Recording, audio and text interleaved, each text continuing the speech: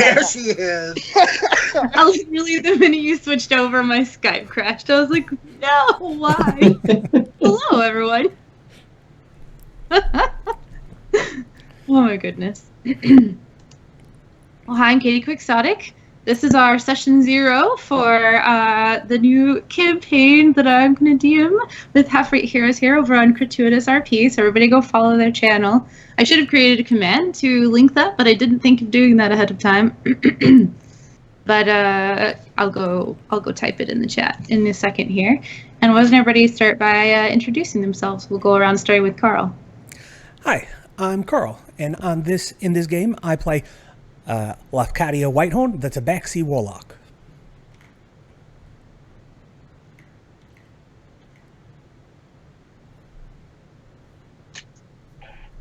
And I am John. I am playing Welcome Thunderbelly, your Dwarven Battlemaster. Vinny? I am Vinny. I play Cale Irvine, the half-elven cleric of Denier. And I'm throwing it to Casey. I'm Casey. Casey H on social media. That's CASEYAECH. I am playing Nos, who is the Hobgoblin Azamar, champion of Timora, Impaler of Plains, heckler of Big Fire Chickens, she who would fight the storm, Nos, the boss of Neverwhere. Ooh. Hi, I'm Graham. I play... Who do I play? Taslin Evrio, the Shadar-Kai Necromancer Wizard. And... yeah, I've got nothing. No big titles. Guy who gets shot with arrows by elves? I don't know. I think that's an okay title, but maybe we can work on something better for later on.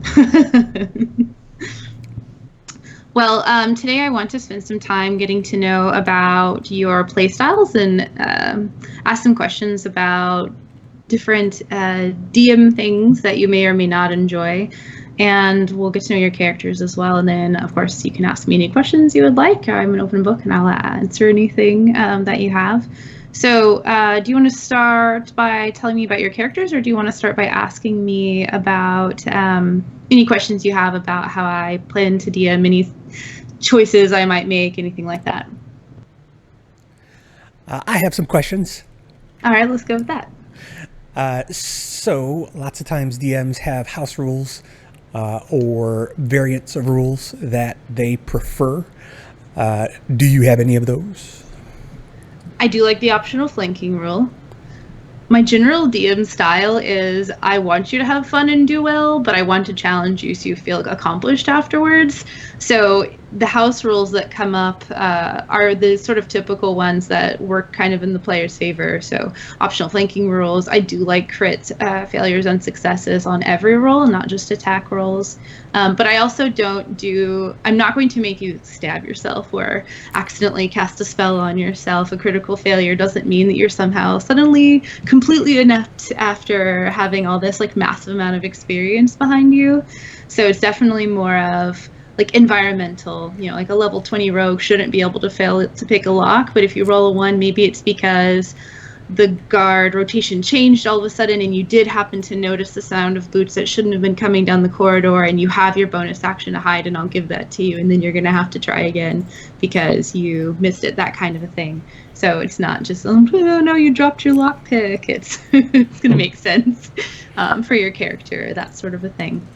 I know you mentioned the Xanathar's Guide tool proficiencies, and I really like the idea of that too, because I tend to play characters that have a lot of tool proficiencies and little skills and things like that, and I really like the idea of finding more ways to use them, more ways to apply any like special skills and like trades you have, as well as ways of like adding in your other proficiencies to make those a more vibrant experience for you. That's what I can think of off the top of my head.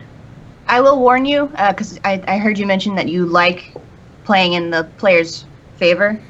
The flanking for us, at least more than half the time, will probably hurt us more than help us.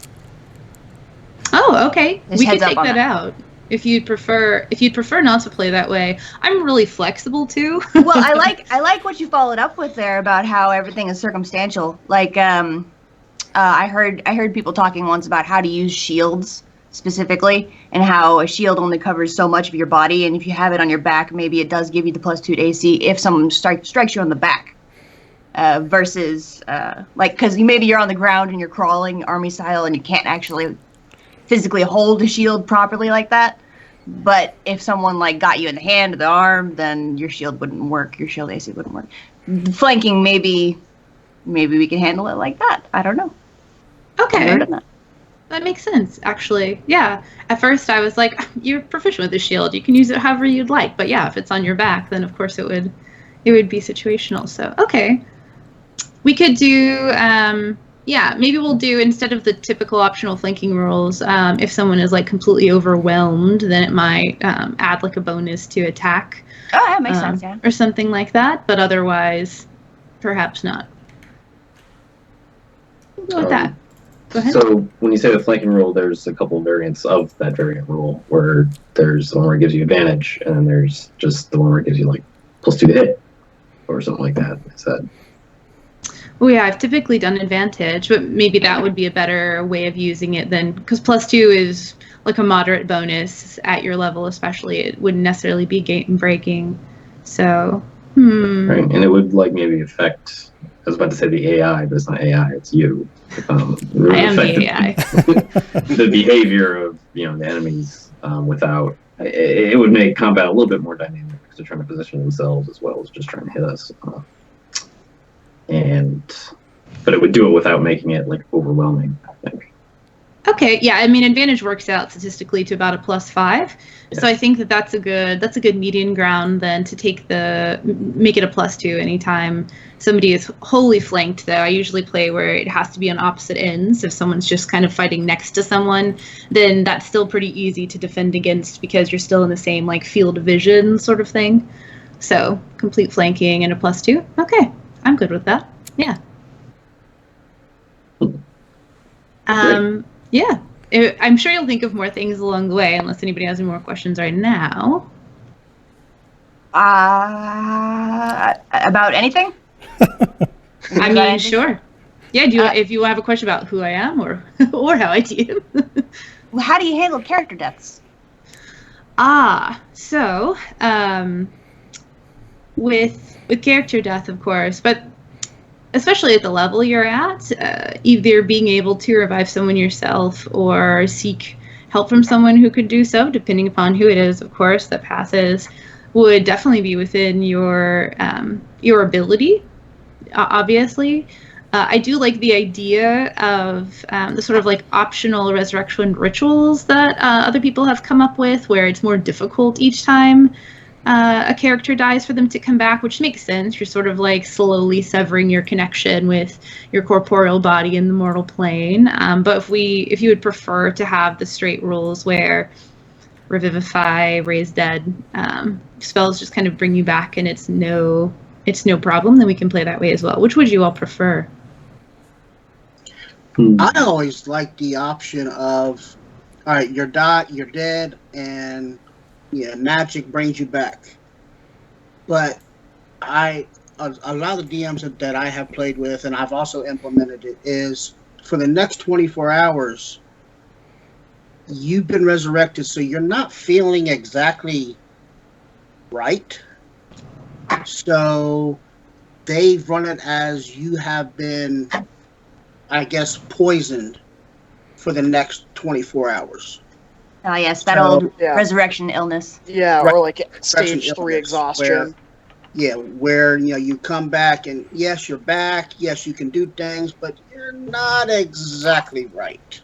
Okay, I think if it were a revivify quick, like you deathed and then were resurrected within a round or two, then it probably wouldn't be that much of an effect. If it were longer than that, then I like the idea of having like a poison effect. Like in theory, that's sort of like you have disadvantage on certain things or what have you. I think if it's a long-term death, like it's been maybe more than 24 hours, then maybe you'll have a couple points of exhaustion because, I mean, you were dead for a day. Your soul was ripped back out of whatever place it was in and placed back in its body. And of course, you always have the option too, if you feel like it's time for this character to go, You don't have to say yes. I will always ask you when someone casts any type of resurrection spell on you, if your soul returns, and you have the option to say no, and then we can talk about where we want to go from there. Sometimes I've encountered a lot of druid players who, when their character dies, they feel like this is the natural order of things. This is what maintains balance. So don't feel like because someone casts it on you, you have to come back.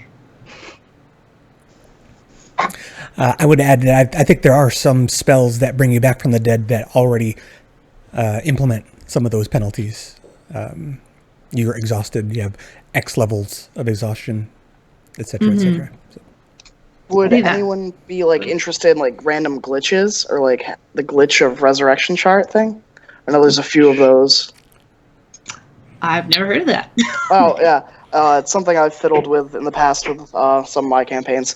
But it has like, I think it's like 90. You roll a 1d100, and it has like a percentile chance of like random happenings, or like you're green for a day, or like like just random things. I don't know. I think that could be fun. If everybody's okay with playing with something like that, then we could all take a look at a chart and kind of decide on which one we think is best. So nothing super outlandish is happening, like, oh, you came back, but your arms don't work, or something like that. Yeah, I'd be okay with that. Anything that adds more flavor to the game, especially that doesn't put any one character at a particular disadvantage, I usually am in favor of. So I'm fine with that. Okay, yeah. If we could find a cool chart to do that with, or maybe like BMG's got something in it. There's all sorts of shit in Dungeon Master's Guide. Yeah, that's true. Nobody knows about. Because we don't read the whole thing. Right, who knows? Just read the parts we want as we go. Just, where's all the magic items? Let's just cut to the chase. I love it. Well, how about we go around, and we'll go around in the order that we are on screen, and we'll just kind of circle clockwise. And why don't you tell me your characters? I know you've already filled out a little bit of information for me, but for everyone else as well, what is your like biggest personal goal right now? What is most on your character's mind? Perhaps other than, okay, we have this sort of like main quest that we're on. We have a goal for defeating this evil. Other than that, what are your plans? Maybe after all that is finished. We'll start with Carl. So Carl, that's me, plays Lafcadio, who is a warlock, and warlocks have patrons, and Lafcadio's patron is the Lion King, or the Lion God, known as Nabanian. In previous editions, Nabanian was kind of like in the wheelhouse of Sylvanus, and just a lesser deity, but in 5th edition he's not really mentioned so much, so I think he's a fine celestial type patron. Lafcadio wants he's heard about this idea of a chosen of a god, and he wants to be the chosen of Nabanian, and he kind of thinks he's on his way there because he's a warlock and he's a patron and all that stuff, but he feels like he lets Nabanian down constantly. The one time Nabanian made an appearance in our game, he was basically saying, you guys aren't moving fast enough. So that's like really the one thing that, canonically I can hang my hat on and say, yes, Nabanian is not happy with Lafcadio. He'll visit every now and then and grant me more powers, but it's almost like an obligation at this point rather than something that he's happy about or enthused about. So Lafcadio's deal is he wants to make his daddy lion happy. Daddy lion. I love it. Okay. So that would be next, right? Mm-hmm. Cool. Again, I'm Vinny. I play Cale Irvine. He is half elven. His father was a human guy from Eltergard who lived in Fort Tamal, which is like, if you're on D&D Beyond, sometimes they've done a string of adventures leading up to Baldur's Gate. At one point, you stop at the Borskir Bridge for one of the adventures, and that's where it's like a bridge you got to cross to get like into El Terrell, and there's a fort there. A bunch of veterans look over, and like tons of people go over it every day. It's like a main trade route and stuff. So he was raised there by his dad after his elven mother, who was some sort of, in my mind, like a ranger type person, dropped him off. Like his mom and dad met in a war a long time ago, and Kale happened. You know, you know how things go. It happens. And yeah, so she dropped him off at the fort, and his dad raised him for a while until he decided he wanted to leave. And he asked Kale if he wanted to come, and Kale's like, nah, I'm just gonna hang out. So he just like chilled at Fort Tamil for a long time and hiked around and made some friends and just basically wandered around, led an aimless life for a long time until his dad died of old age, which happens to everybody. And his dad, the only thing his dad left him when he died was his book, and it had the symbol of Vanir on it, which is like a eyeball with like a triangular pupil with a candle up the top of it. And inside, his dad wrote a note saying, hey, you know, all those years when I was telling you your mom was like dead? Yeah, I lied. So she's probably somewhere out there. So that's why Kale started adventuring in the first place, pick up this tome of Danir. And as soon as he like touched it, he was imbued with Danir's power, and that's how he became a cleric. It made him super smart, and then he went off on the quest with everybody. And since then, you know, he's like kind of gotten wrapped up in all this saving the world stuff. So just like, you know, finding his mom's not really a big deal to him right now. He's really into, well, very recently, he's very into finding Shar and all her followers and just burning them into ash and nothingness because they suck. Screw them. So that is where Kale is at now. So after the dust settles, and you know, in the event that Shar is defeated and all is well, then perhaps that's kind of like next on his docket for his personal agenda, is if he can find more information about the whereabouts of his mother. If something more important doesn't come up. Yeah. Okay. Pragmatic. Got it. Yeah. All right, so we'll go with Casey now. Yeah. Nos is kind of a thuggish person who came from Westgate, which is this major city, like this, almost the size of Waterdeep. Not quite, maybe like 2/3 the size of Waterdeep, something like that. But it's big. It's a big city, and it's old, and it's changed governments several times. It's famous for pirates that kind of come and go off of the Sea of Fallen Stars. So she originally got separated from her civilization, like before she even can remember things. And then she worked her way up to Westgate, where she was able to exist without anyone kind of batting an eyelash at funny-looking goblinoid girl running around on the streets. But there was this chance, this happenstance, this throw of fate. I don't know if y'all know this, but okay, I'll skip that part because I think that would be really cool to say in the game. But I will say that she got kind of adopted by the people over there at Fortune Boone Hall, which is a temple of Tymora, and so she then became a Tymoran. She kind of blamed Tymora for all the good that's happened in her life. And of course, nothing bad is ever Tymora's fault. That's always somebody else's fault. And she worked her way over to the Sword Coast after some crap went down with a botched bounty hunting gig, which is part of what her goals have always been.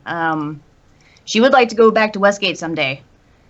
But the reason why she left is because she went after this guy who was a super mega awesome assassin out of her league. He kicked the crap out of her. And then he said, I'm going to kill everyone you love. So, yeah, have fun with that. And so she was like, okay, well, I'm not going to let that happen. So I need to make sure that this guy is disinterested in staying here or doing anything here. And there's no reason for anything anymore. So she left. So if she finds that guy again, I I think she believes that she's at the level at this point where she could totally kick his ass and give him what for. So it'd be really nice if she could run into him again. That's from way back in the day. That's like a goal that she started off with that's never been touched upon or anything like that. So that exists. Some other stuff, being that she's always been, the oddball in whatever community she's landed. She does want to find either a band of people or a place to belong, like officially belong, that want her, someplace to return to, which may or may not, like that. There's a lot of different ways that this could go right now, because having gotten to the point where we're on a planar cosmic level of doing stuff in this tier 3, we're in tier 3, right? Yeah. That could very well be the gates of the moon where Timora hangs out, Who knows at this point? Just people in a city might be thinking small at this point. So she's kind of keeping her eyes open and watching for stuff that she might have not considered before. And then, of course, there's always get more money, find somewhere to put the money, and then find something to do with the money. I know that she knows she wants to be a philanthropist somehow, but she doesn't know how to go about that. It may be raising a Timoran temple where there isn't one. It may be just, opening a homeless shelter or whatever. And maybe like some kind of opposing break into Earth Force where they're all good and they do everything for good, but they're also completely reckless and crazy. That could be fun too. And then, has anyone mentioned Naren Bane? Not Nope. yet. Not yet. There's this shadow dragon that very recently almost killed all of us. And while Nos herself doesn't have as much of a history with this dragon as the others, because she was actually dead at the time that they first encountered him, he did almost kill them this time. And Timora herself, an avatar, had to literally pluck them out of space and time so that all of the universe, all the gods' one hope to fight Shar and stuff didn't end right there. So she knows that they actually failed just now, and they would have died if it wasn't for some divine assistance. So she's ready to go back and do that right. And like the Shadow Dragon kind of found us when our pants were down because we were fighting a room full of other very powerful Shatter Kai, actually. That's when he attacked us this last time, and that's why we got. So it would be really cool to sneak up on him and be like, "Hi, remember us?" Pow! So that's where we're at now. I think that's all I got. Do you think that when you're looking to find a place, it could end up being a city, it could end up being with Timora, do you think that she considers the current traveling group a kind of family? And if it were something that everybody was interested in, just being a group until the end of your days or the end of your adventuring days, and or is this like a transitional phase in her life where she's feels close to them necessarily but doesn't see them as part of her final future? I think that she would love it if her current companions were her banner, but the problem with that is that that's also kind of a selfish line of thinking. Right. Wampum has a whole clan that he belongs to. Kale, again, we met him and he already told us he's looking for his mom. Mm-hmm. And then Taslan can't be bound by anything. You can't tell him not to go somewhere, not to do anything, to return ever. He's going to be in the Feywild someday, and he's going to, time dilation. He's going to be 2, and we're going to be 48, and it's just not going to work out right. Not 2. This entire Carl. campaign, this is actually just Taslan from the future. Yeah, exactly. Yeah. Something like that's going to happen. That's why it's all kind of wishy-washy there. It's not something that she feels like she ought to rely on or believe in. All right, that makes sense. Practical. I love it. All right, how about you, John / Wampum? Oh, let's see. Wampum's at the point now. When we first started, Wampum went and found Nos for pretty much a bounty hunter type help, where it was Nos and Wampum, and we were hunting down a guild that killed Wampum's father and uncles and aunts. So Wampum was on a revenge, big time revenge, and he wanted to find everyone that was involved in this. So he hooked up with Nos. Those two became inseparable. They were pretty much one. It's cool because she's a glaive wielder and he's short, so she can just over his head. Yeah, when they're back to back, they're pretty much unbeatable. But now that quest has finished, that the revenge has been gotten, Wampum is to the point where now he wants to repay the rest of the group for helping him do this. He believes that they didn't have to do it, that they could have said, now, this is a crazy-ass dwarf, forget him. But they did jump in, they did help.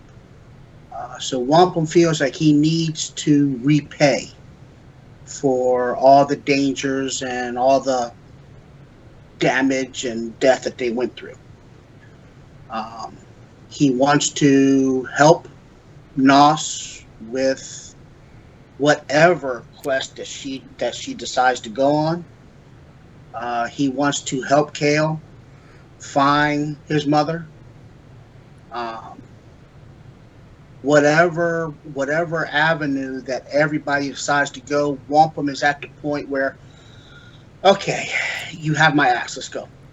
Do you think that as you all travel together and are able to, or come close to, or whatever it looks like when each individual character feels satisfied with the way their life has turned out and they turn away from a life of adventuring and go their separate ways or stay together, whatever their decisions are, what do you think Wampum will do after that? Wampum is finding more and more pleasure on a anvil. He gets lost hammering away. All of his troubles seem to leave, as he's building and hammering. And the family Thunderbelly Ale is run by his mom, and he's pretty much given up on that type of design. As long as his mom provides him with all the ale he can drink, he's fine. But he's finding more and more pleasure over an anvil. He with what he thought was total obliteration at Spirit Soaring, Wampum came to the realization that he's ready to go. More than awaits. He's ready. If the time comes, he's fought the good fight. He really thought that everybody was dead, so he was heading home. He was heading to his anvil. But now he's coming to realization. Well, how the hell is not everybody dead? He turned around. He saw the dragon's head in Spirit Soaring. The dragon's head breathed. He looked around. Nobody's left. Nobody's there. Everybody's gone. So now he's realizing, well, wait a minute, how the hell can you not be dead? I saw you dead. You weren't there, you know. So now he has to come to realization of how the hell did that happen.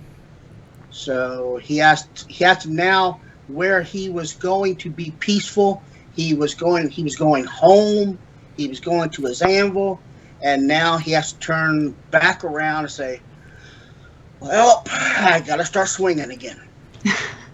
So he had made peace with it. He said, okay, I did what I could to help them live their lives and be fulfilled, and now that they're gone, I guess I'll go home. Okay, that's good to know. I like that. I mean, I don't want I don't want anyone to die, but if it happens, it's interesting to know. I always, I feel like most people, we all become attached to our characters, especially when you've gotten to the point where you're at the current level and you've had them for so long. They kind of become a part of you, and saying goodbye is so hard. So it's always interesting when someone has kind of made peace with their character, and they feel like they've lived a fulfilling life, and that they're like they will meet a graceful end in glory and be happy with that. It's always interesting. All right, Graham, fill us in. Oh, okay, so I don't think Taslin's ever told everyone his age. I think he just said I'm really old. But he's halfway through his 7th century as a Shadar-kai, and some people have kind of caught on to Taslin is bound to the Raven Queen in the Shadowfell, and we'll start at the beginning. Sorry, I should start. Taslin is originally from Evernight, and about a century ago, he and his brother left the Shadowfell to kind of grow in power. They moved to the material plane, and they said, we're gonna kind of learn more about magic. One was an illusionist, one was a necromancer, and they kind of wanted to grow to better serve the Raven Queen and their own gains. While on the material plane, Tazin met Raziel, who is an Eladrin, and she is Raziel of the Dawn, and he kind of fell in love with her and was like very enamored with her, and after adventuring for a decade or so with a few humans and a halfling and a dwarf, he had this close-knit family of his lover, his brother, his friends, and he like attended their wedding, and ultimately he was betrayed by his brother, who caused almost the entire party to die, and Taslim doesn't really know why. He was basically given a choice: you stand aside and do nothing and Raziel lives, or you can fight me, and Taslim chose to do nothing. And I think he very much so regrets that, and it caused a schism between him and Raziel's relationship, and they parted. And he didn't really see her for a century, and he went back to the Shadowfell. And he had his primary goal was, I'm going to obliterate the soul of my brother, so he can never come back. Not even in any form, whether he's with Raven Queen or not, he's never coming back. And so that really drove him for about a century, and then a floating city crashed in the Shadowfell, and he got sent to investigate. Lo and behold, this party was the cause of that. So he hasn't really reported that in, but he's not really. I think he's very disenfranchised as a person. I think he understands that he is bound to this cosmic wheel of fate of death and rebirth, and this very dismal place, and he remembers vaguely being a elf associated with being an Eladrin, more akin to an elfy elf, and he wants at some base level to no longer be bound to the Raven Queen and to be what he once was, and he feels very trapped, and the Raven Queen is paying more attention to him as he's grown in power, and he's been very reluctant in wanting to help her. He's forced to do it, but he doesn't want to necessarily. And recently, he rekindled his relationship with Raziel, and they helped her kill a Gulthias tree. And then he kind of sends her occasionally, with a sending spell, and he's like, "Yo, here's what I'm doing. What's up?" Hey, babe. Usually he's drunk, but He's drunk texting her. Yeah, he was blackout drunk the first time, and then he sent her twice in the previous episode. But he received a boon from a Dullahan that served the Raven Queen, that he has access to the spirits of Shadar-kai that haven't been reborn, to kind of animate them. as like skeletons or zombies, whatever he chooses, and they're kind of like shadowy, elfy figures that he's using because he's a necromancer. And he uses this, but he really doesn't want to help her. He doesn't really care. He feels kind of confined and trapped in this never-ending cycle that he wants out of really badly. And he's grown to love this party, but he's been through adventuring parties before, and he kind of understands that he's going to live way longer than any of them, and that he almost keeps an arm's distance, but he's far closer with them than he thinks he is. And I think that's pretty much Taslin. His main goals are just kill his brother and find artifacts and no longer be a Shatterkai. So he's kind of protecting himself from the eventual like sadness of parting, basically, with his relationship with everyone, or he's trying to. Yeah. And I mean, Taslin's not above cloning them and not telling them. I love that. Do you think that he's more inclined to try to serve the Raven Queen and think that if in giving her what she wants, he might be able to bargain to leave, or do you think he's more inclined to trying to, like, there's a spell I think that like hides you from like divination and stuff, and of course gods are a little bit more powerful than that, but do you think he's more inclined to try to disappear or to try to serve and bargain? I mean, I think he's on the fence, where he understands why other Shatterkai are serving Shar to usurp the Raven Queen, and part of him feels like, I get where they're coming from. Like, if their goals are the reason, like the same goals as mine, I get why they're doing what they're doing, and I don't necessarily, like, I'm not standing in their way from a moral point, I'm standing in their way because I don't have a choice in this matter. And he would serve the Raven Queen if he got what he wants, but he understands that the Raven Queen is unpredictable and not necessarily someone that he can really bargain with, as she kind of flitters through memories and handles those more than she would take an active participation in getting him what he wants. So he's not totally sold on helping her unless he has like a guarantee that he's going to get what he wants. That's fair. Yeah, I find neutral entities are really hard to portray that way because you can typically trust good aligned characters to try to do something good or create something good and work, and you find that evil aligned characters are often more selfish and sometimes have the capacity to work with other individuals and make mutually beneficial arrangements, but that of course depends on the amount of like lawful they can leave into. But neutrality is so unpredictable because you never know whether they're going to lean lawful, chaotic, good, evil. Just depends on what they see as best for the overall good or for overall themselves in that moment. So yeah, I agree that not only can the Raven Queen be unpredictable, but just any kind of neutral figure like that. Yeah. And I mean, Taslin's lawfully evil. It's not like he's not above if he saw an opportunity to kill the Raven Queen that he wouldn't take it. I've always found that lawful evil and lawful good are just basically two sides of the same sword. Yep. Lawful evil characters and lawful good characters can work alongside each other very well as long as the lawful evil isn't, as long as they're prone to playing nice, where, you know, we have mutually beneficial goals and I'll just kind of curb my more like unsavory tendencies, and you may not even realize that a character is lawful evil until the dramatic reveal that inevitably will happen. Yeah. And I think Taslin's been pretty reasonable most of this campaign. I don't think he's done anything morally questionable.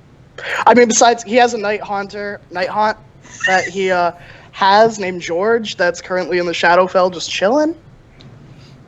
And he saved the party from him. Did you say George? Was it George? No. Gerald. Gerald. Sorry, Yeah. Gerald the Herald, obviously. Yeah. Gerald the Herald. And so I can't use like the necromantic feature of taking control of any other undead because I have him, and I don't want to relinquish control of him because he's pretty threatening, and I don't want him to wreak havoc. And then Taslin recently bought a house in Waterdeep? Waterdeep. Yeah. Does he use that as kind of like a home base for the party, or does he have his own thing going on there? Taslan has not stepped foot into it. He kind of filled the paperwork, paid all the payments, and then was like, I've got to go kill things now. Got some stuff I'm doing. Like, I'll be back. And he was briefly on trial for bribery. So, yeah, that's all good, sorry. So that should be finalized eventually, and then Tasman will kind of grab the keys, and then that's his goal ultimately, is to have a home on the material plane to kind of have his friends be at and be like, I'm not going to be here all the time. You guys can have my house and like be here, and I'll just be here when I show up, like Gandalf or something. Like, I'll just show up for a party. A wizard arrives precisely when he means to. Exactly. I love it. So a lot of not small goals, but a lot of like auxiliary goals and plans. But probably sort of the two main things kind of sound like forming some sort of home base for his friends to come visit him when he's there, and then also separating himself, hopefully, from the Raven Queen so that he doesn't feel indentured to her anymore. Yeah. Okay. I saw a couple of reactions when he said he hasn't done anything morally questionable. I would like to hear about the reaction. What caused that? We'll start with Carl, because I saw you and Vinny both. Yeah, I can't.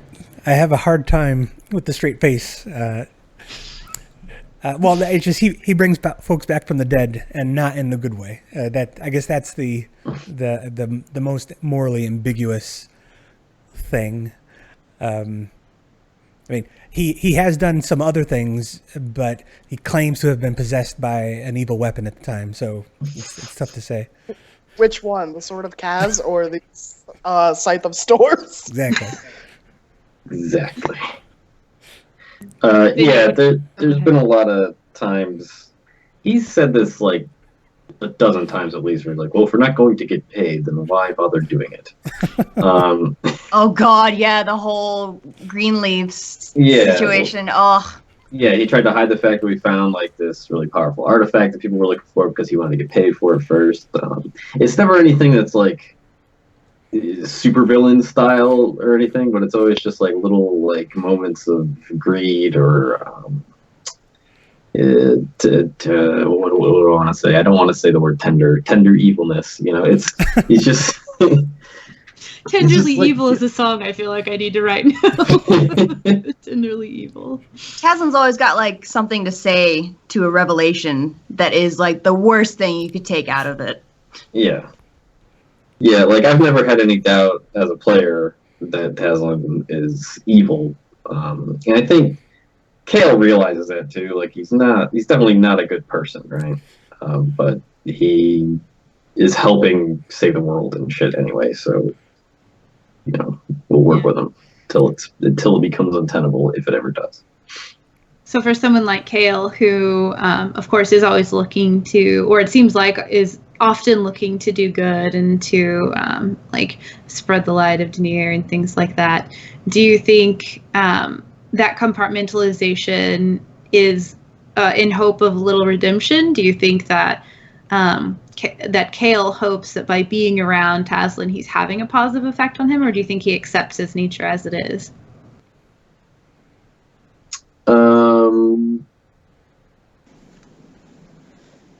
Why not both? A little bit of both, actually, because it's like, if he's around, Kale's like, if he's around me and I kind of steer him in the right direction. Well, I guess he hasn't really felt that way. It's been more like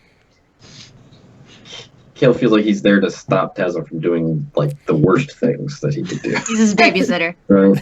Yeah, just to like temper his evilness. But he hasn't necessarily thought that he was going to change Tasman for the better. It's just Tasman is who he is, but yeah, that's it. That's good though. I think it's important to accept someone's nature and then hope the best for them.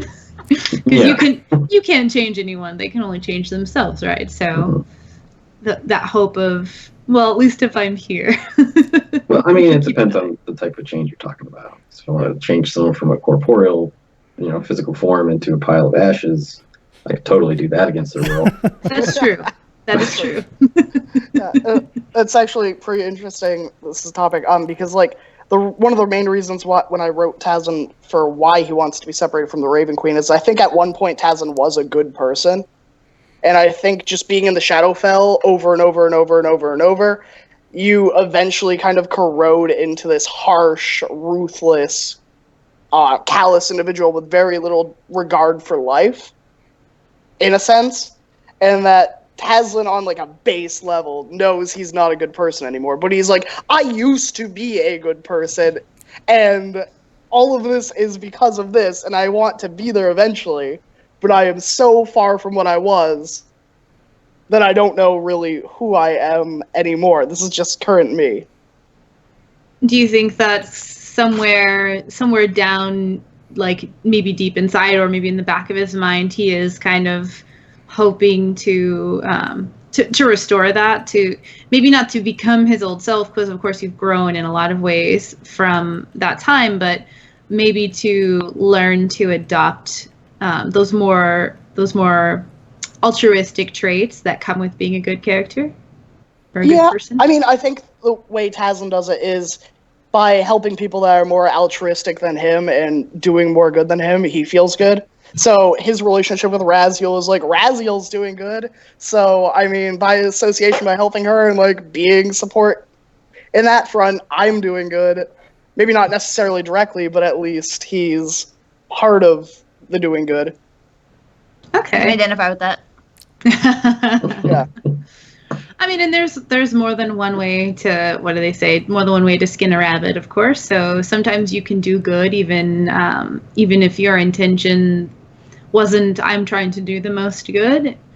Do you think if with time he continues associating himself with people who are doing good things for the right reasons, quote unquote, that he will find that sort of like peace within himself and kind of circle around to being to feeling more whole in that way? Or do you think that this is going to be like an unending fight for him? I mean, I want to give him a glimmer of hope, but I think it's an unending fight, kind of, and that he is stuck in a wheel while he's bound to the Shadowfell, and he's just like, I'm never going to. Like, he can help and help and help, but all of these people that are nice will die eventually, and it'll be just Taslin. And then he'll molder in the Shadowfell for a while, and then he'll be right back where he started when he comes back. That's fair. So maybe the hope will come, the true hope will come if he's able to separate himself from the Raven Queen.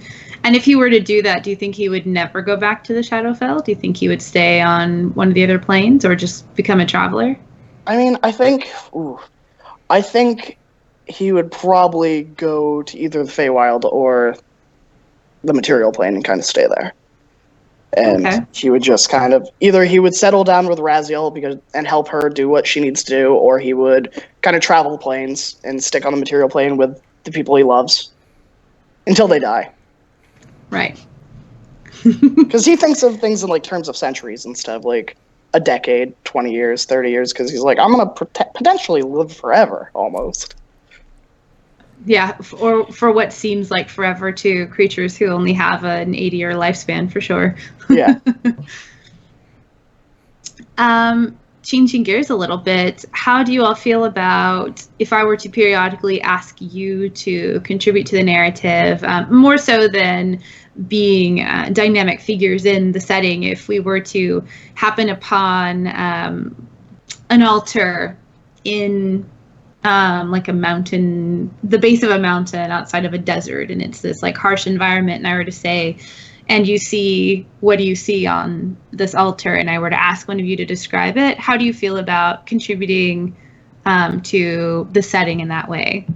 That'd be great. Yeah, that sounds super exciting. Yeah, a couple episodes back when we were on our way out to Spirit Soaring, Jazzy Haynes, Eugenio had us do that exact thing, basically. Each of us in turn, every day he would be like, all right, what happens this day? And then one of us would just describe what happened that day and like how it was like a skill challenge, but like stretched out, So I enjoyed that immensely. Good. I also like the idea of, I am quick to award inspiration, like DM inspiration, of course, especially when someone's playing to their character, when you're really leaning into your strengths, your flaws, your bonds, just any really good RP moment. And I've recently, after playing a little bit with the Cypher system at Gen Con and playing with, I play with Tavern Tales, you might be familiar with them. They do some DMing here and they have this sort of system where there's inspiration, but then there's kind of more like a story-based inspiration that you can use to change the narrative in small ways when you don't like the way something is going. You couldn't say something like, well, I've decided that their weapon disappears or something like that, you know, and the other types of inspiration would be hard won. But do you like the idea of having the opportunity to, after like a really, whatever moment that you've created that I felt was really worth having this sort of like fate token, I guess you might think of it in a way, and then later on being able to change something small that was meaningful to you, the outcome of a conversation or something. It's hard to say without like giving away plans or whatever that I have, but the idea of being able to change the narrative, like a failed skill check or something like that. That sounds awesome. You can say no. It sounds awesome. Okay. I'm Yeah. wary about the repercussions, but I'm down to try it because, you know, I don't think that I'd have a good grasp of how that would go until I try it first. Yeah, I would be down to try it. Okay. Definitely. And we can flesh out those ideas more, talking about ways that might work. Like I said, usually something small, like you are using your tools and you roll really poorly and you're like, no, I really want to succeed on this. And then you could tell me how it is that you succeed. And Okay, all right. So I do have a problem with that, and that is that there are mechanics in the game that are for that, like the luck feat. So if you use that instead of the luck feat, then my choice of choosing the luck feat will no longer be valid. Yeah. Okay, that's fair. We don't have to do that then. Sorry, guys. No, it's No, okay. that's totally Perfect understandable. sense, Yeah. Well, that's And that's also why. Go ahead. that's a very specific use of that fate chip. So if it's not to re-roll or change the outcome of a skill check, then yeah, okay. And we can talk, yeah. Okay, so we can come up with another way of doing it then. So Yeah. if it was like only dialogue based, like, oh, I met this NPC and we kind of are haggling, but not with like a skill check. Be like, I think they like me because I'm a little famous. Yeah, something like that. Or you meet someone, say you need information from someone and you go up and you're trying to talk to them and sweet talk them a little bit, but maybe they're immediately off put because they assume that elves think they're better than everyone else, and maybe they don't know a whole lot about Shatterkai, but you just see as this kind of like figure that he's already not going to enjoy come up to him, and he has like no inclination to work with you, and then you could say, you know what, okay, maybe he doesn't seem like he sees me as something that he inherently has a bias against, but perhaps because of this aspect about myself, he looks at it and he decides that maybe this doesn't apply and I'm somebody he could relate to more, or something like that, so you don't have as difficult of a time, or something along those lines. Is this possibly going to come from a limited resource sort of situation, or is Yeah, it's okay? like that sort of thing. Like DM inspiration is one thing where I'm like, hire, take your and question, do you prefer DM inspiration to be a D6 to add to your roll or a reroll? I like rerolls. They're more Rerolls. I like rerolls. entertaining. Yeah, me too. Okay.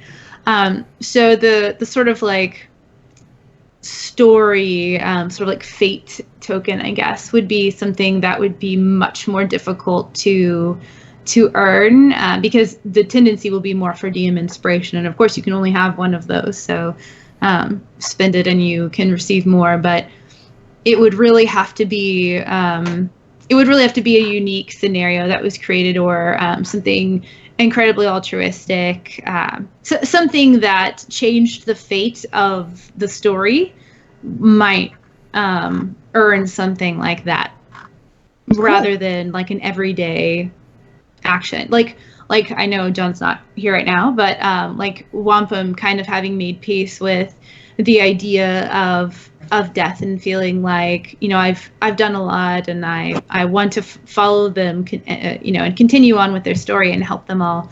But if I go, I'm ready to go. If he were to put himself in a position where he like sacrificed himself for them, then decided in the end that he didn't want death to be final or something. It was maybe that like true act of sacrifice might be something that would merit something like that. It'd be more like a really big event. I think our group would be able to take that and fly with it in a way that I think we'll all appreciate. Okay. Good. I like being fluid. I just like telling a good story and making sure everyone's enjoying themselves. Safety is important to me too. So if there are topics that are like off limits to you, well, not that I really anticipate that coming up because, yeah, but you never know. You never know what might be uncomfortable for someone. So you don't have to tell me right now. That would be more of like a DM me later on. But if you're ever having like difficulty with the way that anything is going, I'll try to keep the like chat open on the side of the call, and you can just put an X in there or just put like a, like let's do something else, whatever seems most comfortable to you. X seems like a pretty easy thing to just type in, and then we can just kind of like fade out of whatever it is that's going on in transition. Yeah, I like that system. The XOs and ends. Mm-hmm. Cool. Do you have any? I was going to ask a question.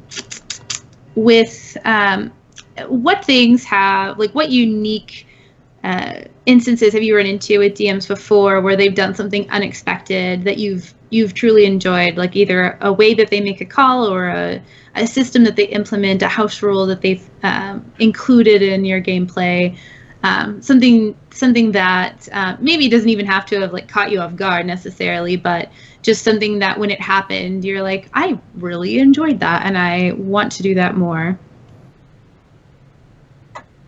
All right, go Casey.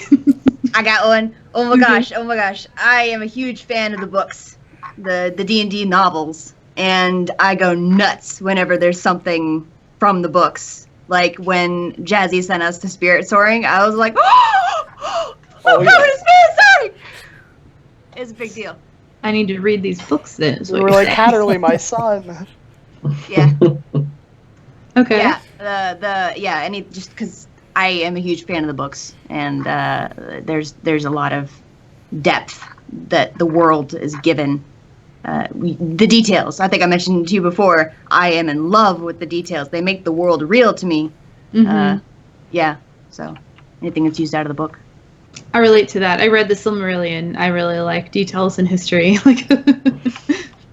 All right, I will take a look at getting my hands on some of those then and kind of poring over them and seeing I would be very happy to help you. I've got an Audible account that I am willing to. I think I got a couple more devices that I can add to my account, and I can tell you which ones are relevant right now, which ones are useful to read.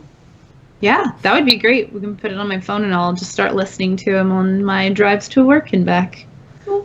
Constant D&D prep. I love lore, so that works for me. The other thing that comes up to me off the top of my head is the thing I already mentioned that Jazzy did, which was the skill challenge where we described our own challenges and how they went. I really like that a lot. But if I think of something else, I'll interrupt whoever's talking later. Just scream it as loud as I can. Where I work, we talk about communication styles, and there's many ways that people have described that, but the system that we use is driver, entertainer, feeler, and thinker, which are pretty straightforward. Drivers are kind of like short to the point, not a whole lot of detail. They get their point across. It doesn't necessarily have to be harsh, but that might come off harsh as to someone who's a feeler who maybe isn't necessarily as detail oriented, but puts a lot of empathy and emotion into the way they communicate. Entertainers like to tell stories, and thinkers really have to kind of chew on something for a little bit, and they're maybe a little more like research oriented, a little more detail oriented. I am a thinker, and so I'm that person who will hang up the call, and in 30 minutes I'll be like, oh, I really wish I had asked this question. So I totally understand that, like yelling later on about about something that you thought of, because it took a while to kind of process and get your, maybe not get your brain in order. For me, it's getting my brain in order, but just thinking about it and having the idea later on. So I meant that as mostly a joke, but I appreciate that you went into like a deep dive in the psychological background of how that works out, because you're right. You're 100% right. about everything you just said. I apologize if I accidentally do that a lot. No, that's fine. I'm happy. We joke a lot. Great. I did like that though. I do joke, but I also am going to, like, at first glance, I'm going to take what you say seriously if it's not obviously a joke. So I'll get the humor later on. Just tell me. It's gonna take you a little bit with me. Okay. I apologize for that in advance, but I can't communicate in a straightforward fashion. And me and Gil share that trait a lot, I think. I think it's the like straight man delivery of, like, there's like or at least from what I've seen, because I've watched a few episodes now, like Taslin has kind of more that like that vivacious, like obviously kind of like a little bit like more it's like the comedian and the straight man, and so Kale is kind of always has this sort of same delivery no matter what it is that he's saying. Mhm. And you can sometimes read a little bit more about what emotion that's going on behind the words, but it is very like yeah, straight man, I guess is the best way to describe it. That's exactly how I felt when I was like making him when we first started the whole campaign. I was like, we need like one kind of like normal, like straightforward kind of person. So. But The balance. I meant for him to be more serious, but I can't do that. Can't do it. Stuff comes out. I mean, there are different ways to be serious, and it's important not to take yourself too seriously. So maybe he's just a balanced, serious character, rather than someone who's a little too serious. Try. All right. I think that for me, it was really important to learn about like who the characters are, what your goals are. I mean, everybody's goals, of course, to sort of like defeat the evil that's kind of on your plate, but your personal goals are important to me so that I can keep those in mind and kind of have an idea of where your characters are wanting to go after this. So I think that was basically what I was hoping to glean from this. Can you think of any other questions you have for me about DM, or like I said, who I am, what I ate for breakfast? I didn't eat breakfast today, so don't ask that question, but I will be eating soon. I know that you are fond of combat, and I'm interested in hearing a bit about that. I also wanted to mention a mechanic that sometimes trips folks up with respect to a thing that Lafcadio does. And this is a super specific thing, but I think it's worth mentioning. Nets, he uses nets. And a net is a unique weapon in that it has a range of 5 feet. It's a thrown weapon with a range of 5 feet, and if you throw a weapon that has a range, if you're within melee of someone, you have disadvantage. If you're beyond 5 feet, so its range is 5 feet, and you throw it, you also have disadvantage. So no matter what, you have disadvantage when you're using the net. Lafcadio picked up the crossbow expert feat, which allows you to be in melee and use a ranged weapon without disadvantage.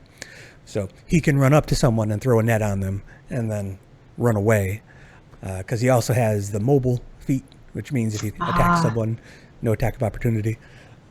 So it is an interaction of things that I figure was worth mentioning. Yeah, that's good to know. I you know what, I don't think I would have even assumed that nets would automatically be given disadvantage anyway, but I'm glad to know that they did and that you circumvented that through training, of course. The mobile feed is fantastic, by the way. I do love that. I have a character with mobile and charger. It's wonderful. That's a good synergy with that too. You can get around really quickly. Combat. So I love roleplay.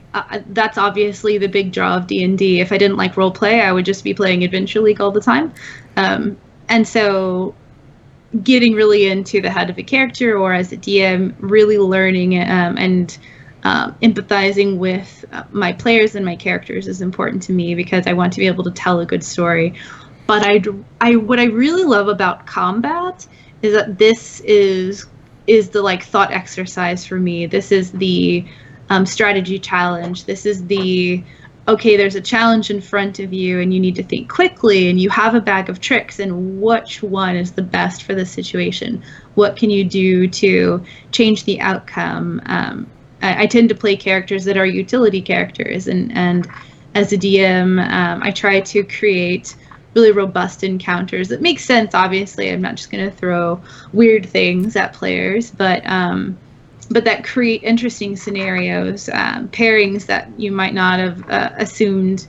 And so you can't always necessarily use like your same tactics over and over again, especially if there is sort of like a big bad evil guy or gal or non-binary pal who is like orchestrating things. Obviously, they're going to be studying you and they're going to learn. And so if there is something that you rely on a lot, then they might come up with a way to try to counter that. That doesn't mean that your strategy will be completely thrown out the window. I'm not just going to railroad you, but it might require some quick thinking.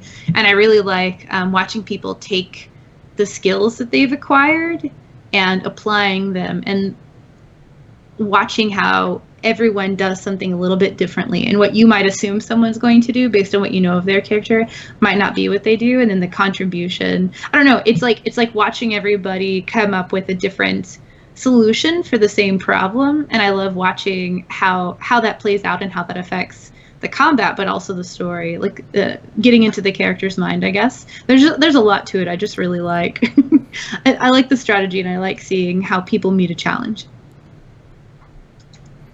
Cool. So thank you. Yeah. So hopefully they seem like robust combats. I admit I've only DM'd for characters above level 10 probably a handful of times, maybe like 10 or 15.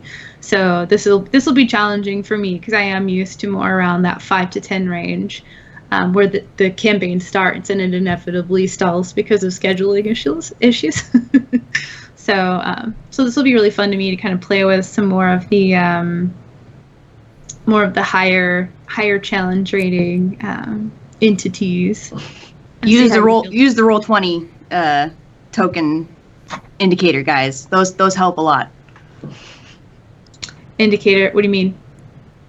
Whenever the status effects that they offer you. Oh, you click on the token, you can put little things on the token. Yes. Those are so helpful once you get to this level of combat. Yeah, it's very easy for a character to be blinded, poisoned, and have disadvantage on the next attack because they were viciously mocked. That's common. Yeah. So I'll have to come up with a system that's consistent so that we can all quickly reference. Does anybody have any auras that they tend to shine off? We don't have any paladins, I don't think. So, okay, good. No auras, because those can be interesting too. Having to stay close to some character, but then having AoE attacks that are like cones and things like that. So, all right, so that's not something you'll have to field. We'll have to go ahead. I might have certain spells that make auras happen. I don't remember which ones. Beacon of Hope, that's one. There we go. Yeah, that's true. Stuff like that, but I'll announce that at the time if I cast them ever. Yeah, Gerald has an aura. Well, boy, does he ever. I meant more of like a status effect aura, but yes, there is that as well. I mean, some people just have a presence to them. And I do have ADHD, and so as much as I try to make sure that I'm keeping everything in mind, especially at this sort of level, it can be a lot. So feel free to stop me at any moment when I have forgotten that you have like a status effect on a baddie or whatever, or that just anything that I start to say something and it seems like I'm forgetting something. Don't worry about reminding me, because even though I'm like might have an answer for why it's working anyway, I would much prefer that you tell me so that it isn't that I just forgot and you feel like something shouldn't have worked and it did, then you'd be afraid to say something. Not afraid, but not want to interrupt or whatever. No, stop me at any time. My feelings will not be hurt. I'll probably just thank you for making sure that I didn't ruin everything. Yeah. Any other questions, comments, thoughts? What we got, Graham? No, I was pointing at I was you. gonna say, what are your takes on like long rests? I know some DMs kind of take a focus on having that as a moment for role play, like whether you're setting up in the hallway and having a discussion over watch, or if you're like, what are you eating for a meal? And then some people just kind of breeze through it and they're like, 8 hours passed, nothing happens. All right, let's go. What is your take on it as a DM? Yeah, I will probably ask you what you're doing every time you have to camp, or I don't know if you guys have spells that create alternate pocket dimensions for you to hang out in. I assume so at this level. The Magnificent Mansion is a spell that I almost always have with me. So I will probably ask you what you're doing, maybe sometimes how you're feeling. I do like in a lot of the games I play, we start off by asking how the character is feeling at that moment, and so I might start off, maybe not every session, but probably most sessions, asking you what you're doing right now, how you're feeling, what's kind of on your mind most. And it'll be kind of similar for a short rest. Like as people, we go to bed and we think about the day that we've had. And so it makes perfect sense to ask you what you're doing, what you're thinking about, and what might be like troubling you, or even just, what are you having for dinner, and what are you working on for the evening before you go to bed. I also find long rest to be slightly variable. If you've had kind of like a low energy day, you're all pretty powerful people, and you haven't really expended a lot, you've maybe walked around a little bit, then you might not need a full 8 hours, in my opinion. Like, I don't know, if you're the sort of people who can create a pocket dimension by sheer force of will, and that's literally all you've done all day, I feel like you can probably sleep for 6 hours and be good. I also feel like short rests are probably more like 30 minutes to an hour. They don't have to be that solid hour, depending upon what you've been doing and how beat up or how exhausted you might be. So things like that are kind of variable. But if you disagree with any of that, let me know. I know the Warlock's way okay with short rest being 30 minutes. Yes, that sounds great. Sure, yeah, I'll take that. What were you going to say, Casey?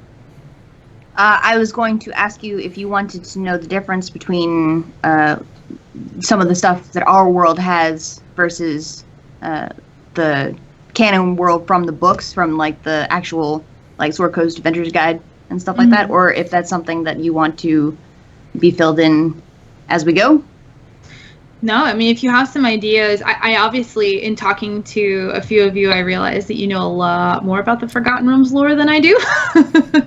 That's just, I bleed it. I live it, I breathe it, I bleed it.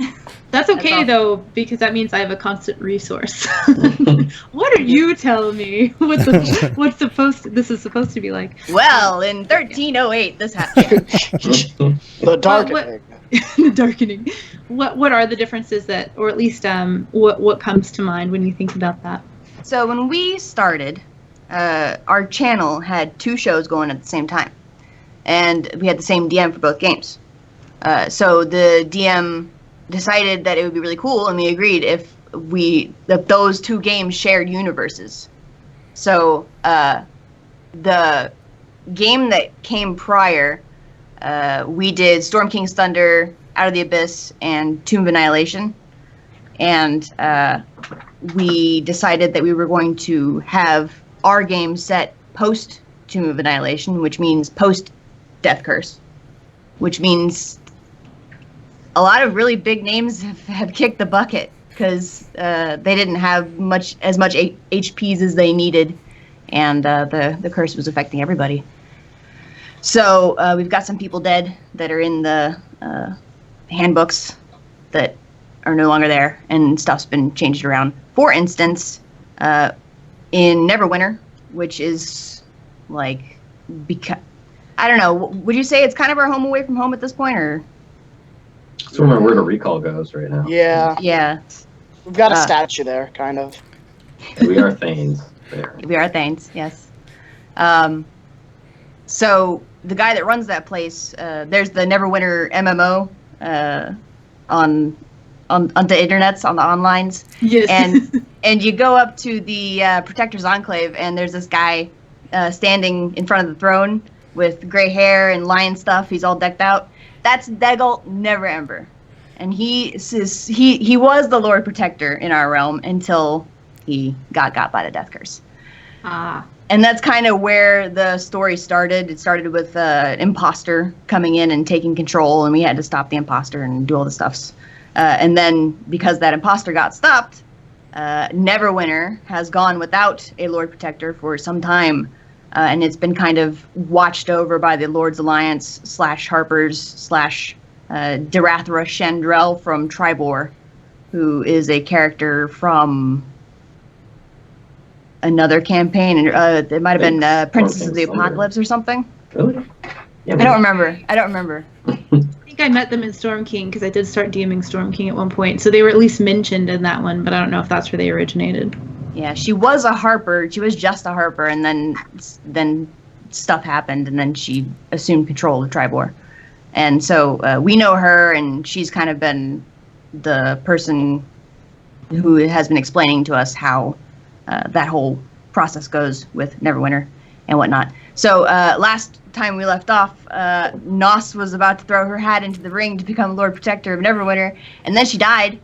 And then everybody went on the great grand quest to go and find her, and they had to leave Neverwinter in order to do that. And so by the time that all that got done, the elections have come and gone, and someone else is in that place, and we don't know who that is yet. We probably should have checked. If you like, you can come up with a new Lord Protector of Neverwinter. Ooh, I'm gonna write this down on my notes. New Lord Protector of Neverwinter. All right. And then another big difference is that Leosin Erlenthar is the High Harper of the Northern Sword Coast region. And that is a recent happenstance, probably also due to the Death Curse. And he's a character from Court of the Dragon Queen. Okay. So they got that going. And then Gromp is dead. There's no Gromp in our game anymore. Wait, who's Gruff? Gromp is a very powerful, used to be powerful wizard that was with the Banray family, who are dark elves, drow, who basically control Menzo Baranzan. Yeah. Okay. Which is the dark elf city that Driss came from and all that stuff. Okay. Yeah. He had his hands in a lot of pies, especially in the canon universe. So his hands are no longer in those pies. Haha. Take that. Good thing to know. Yeah. And then on the same subject of dark elves and Banry, we know Jarlaxle. We are aware of Bragendirth. We did a job with him in Luskan, where we annihilated the Arcane Brotherhood. That's kind of a big deal. So yeah, the deal with Luskan, for anyone that's unfamiliar, is that it's a very delicate balance between the power of the High Captains and the power of the Arcane Brotherhood in the tower of the Host Tower of the Arcane. So when we did that, it gave Jarlaxle and Bragendirth 100% control of all of Luskan. And it's not that he didn't have that ability before, but in our story, the Arcane Brotherhood was not necessarily under his control directly because they were implicated by another entity. So there's no Arcane Brotherhood in Luskan when we left. Good to know. I'm making more notes here. And I think that's the real big stuff. And for all the tiny little things. So I've got those all written out on the Word document, all the little things. Kale related little things, I guess, then that you might not have written down. Well, you might have this one. I bought a Pot of Awakening a while back, and then I put a shrub in it, and then we went to the Feywild, and when we came back, it was gone. So there's an awakened shrub running around somewhere. Wait, it was gone in the Feywild, or you found it gone when you were back on the material plane? We left it in the material plane, and we came back in the Feywild. It had been like 6 months, even though we'd been in the Feywild for like 2 days, because that's how the Feywild works. So yeah, in that time it like hatched and wandered off probably somewhere. I don't know. That's good to I've know. I've cast tongues on my horse Edra several times, so we've had conversations before. Talks to his horse. I'm kidding. Yep. Let's see, what else was I gonna say? Oh, just the only other little thing actually. I don't know if you saw the last episode we did last week or not, but Kale sent an adventuring party off to the Harples with the Bag of Rings. And there's more to that, but yeah, it seems like you know, you're nodding like you know what's up. I watched the last More couple. less.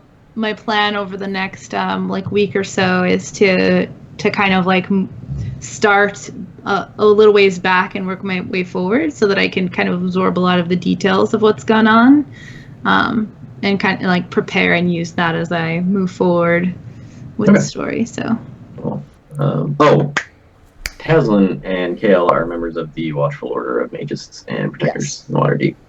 The Watchful what? The Watchful Order of Mages and Protectors, I believe it's called. And we prepaid 2 years, 1 year? I don't remember, a year, I think. We paid our dues, I think. Yeah, so we're like members of, dues.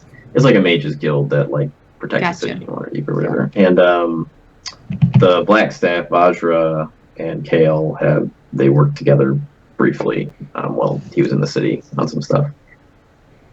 And she has the Scythe of Storms, which I don't know I think that was a homebrew thing, wasn't it? I don't know. Yeah, Aaron made that up.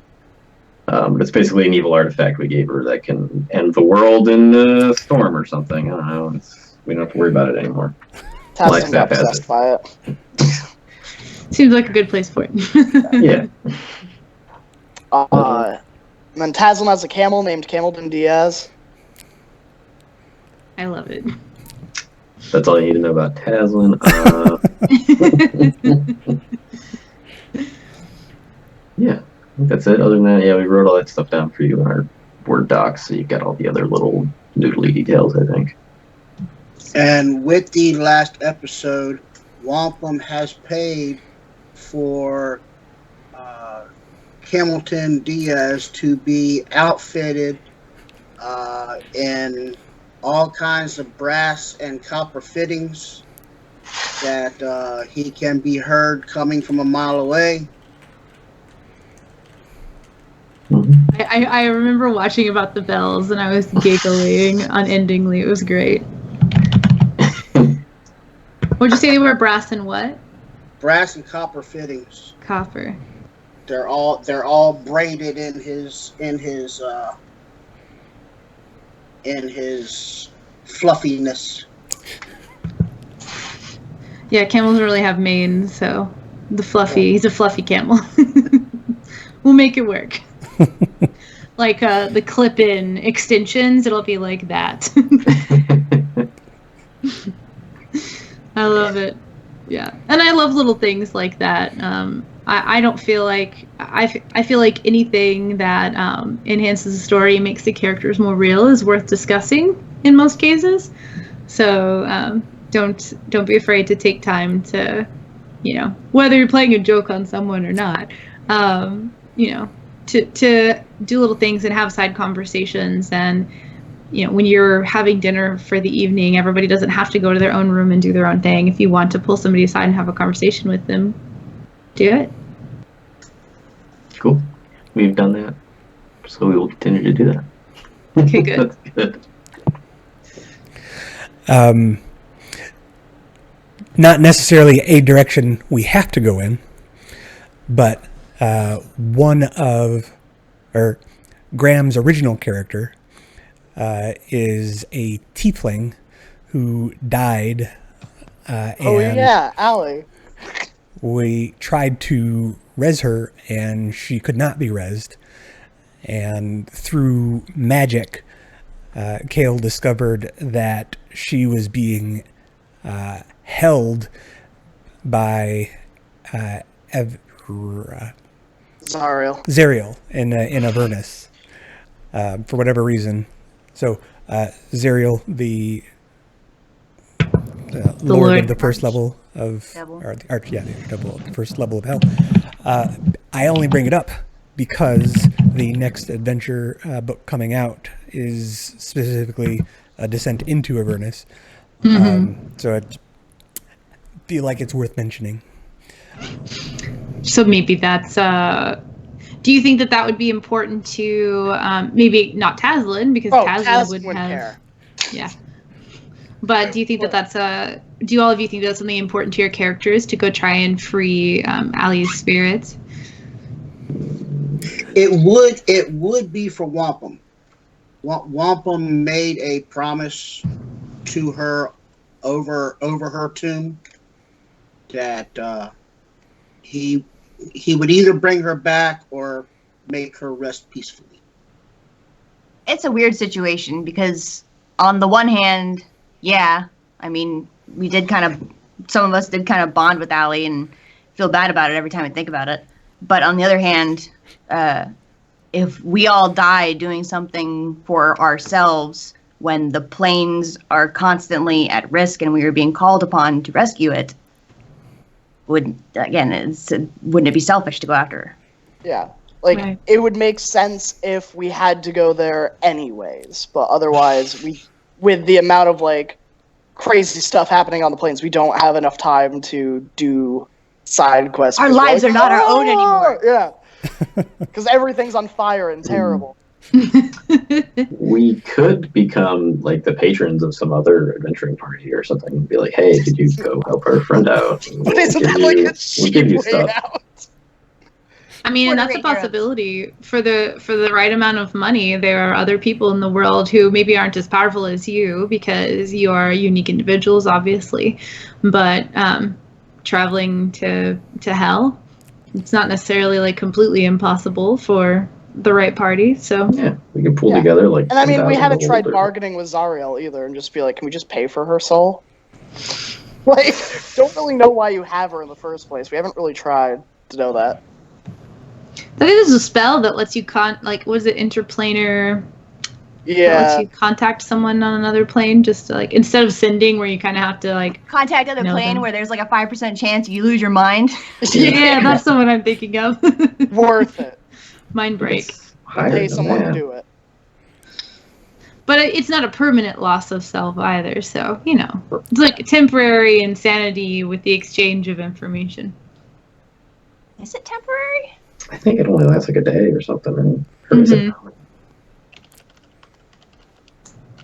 Yeah, Well, I think it's like there's a time frame and you might have to like roll for it depending upon what happened, but this is something I remember Zephyros had in the Cloud Giant and Storm King. He had an option where he could contact other plane, and I feel like the mind break was only periodic.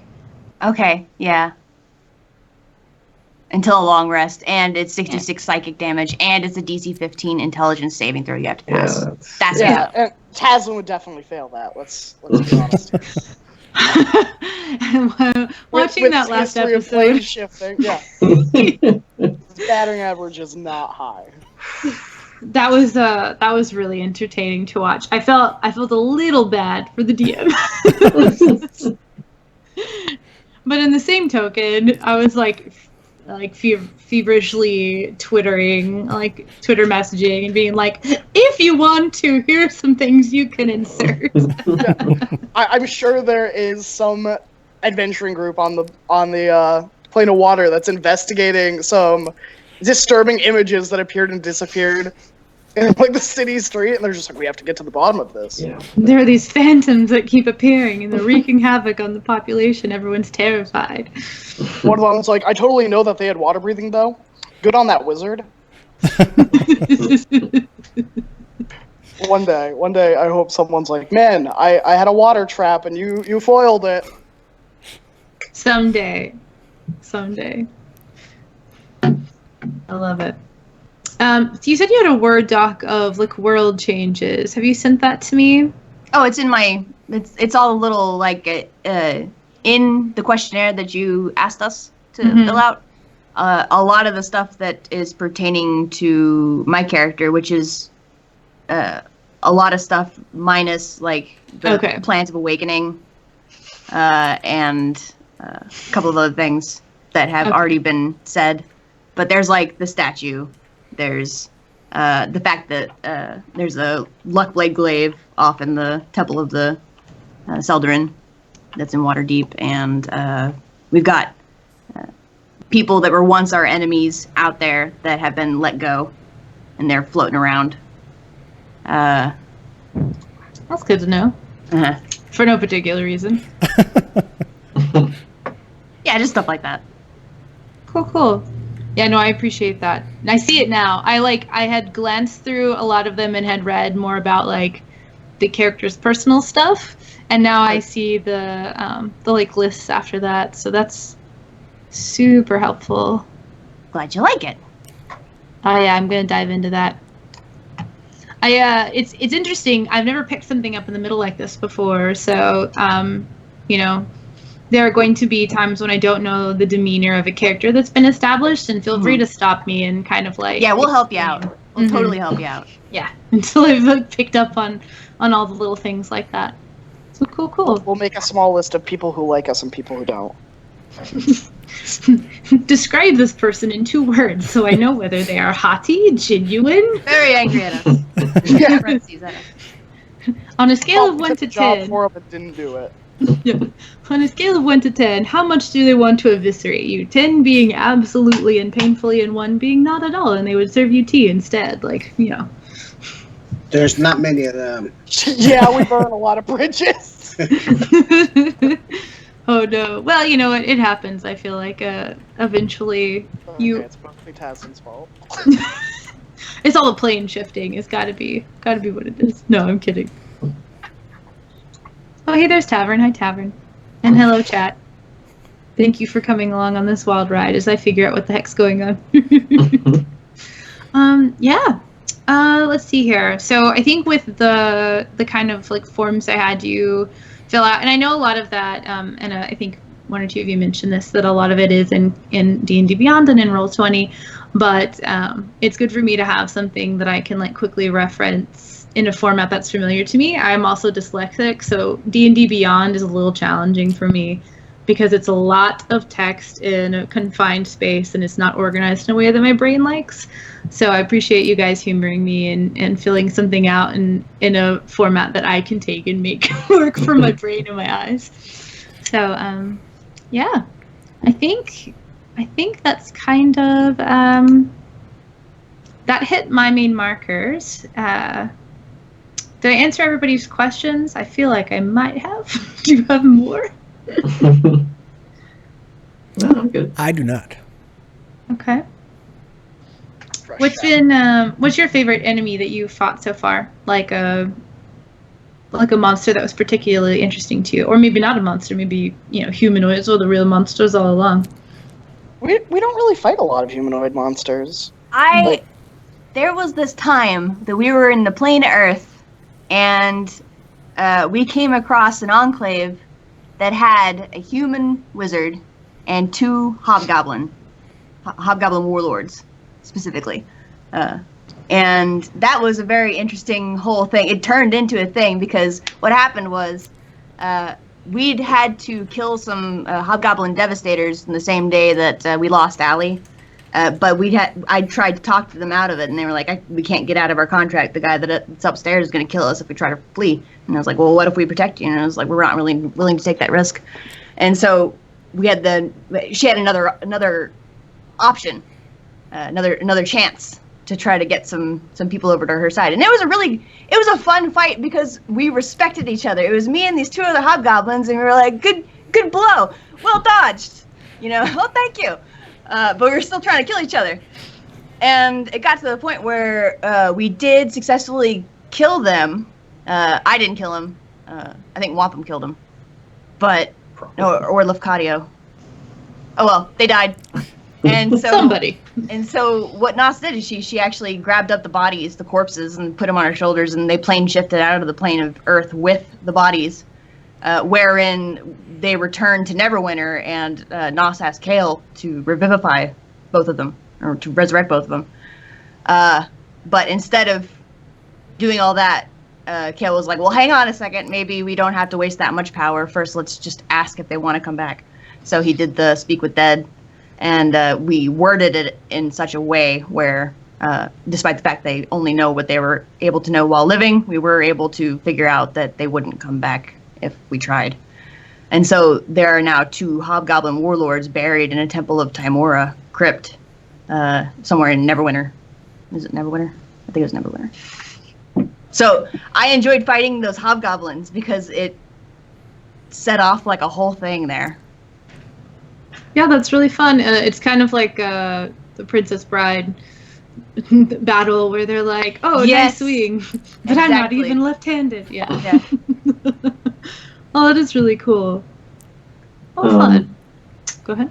There was a time we were all on a ship, and we had to fight a Rakshasa, and it was before we had access to 6-level spells, so we could not hurt him with our spells.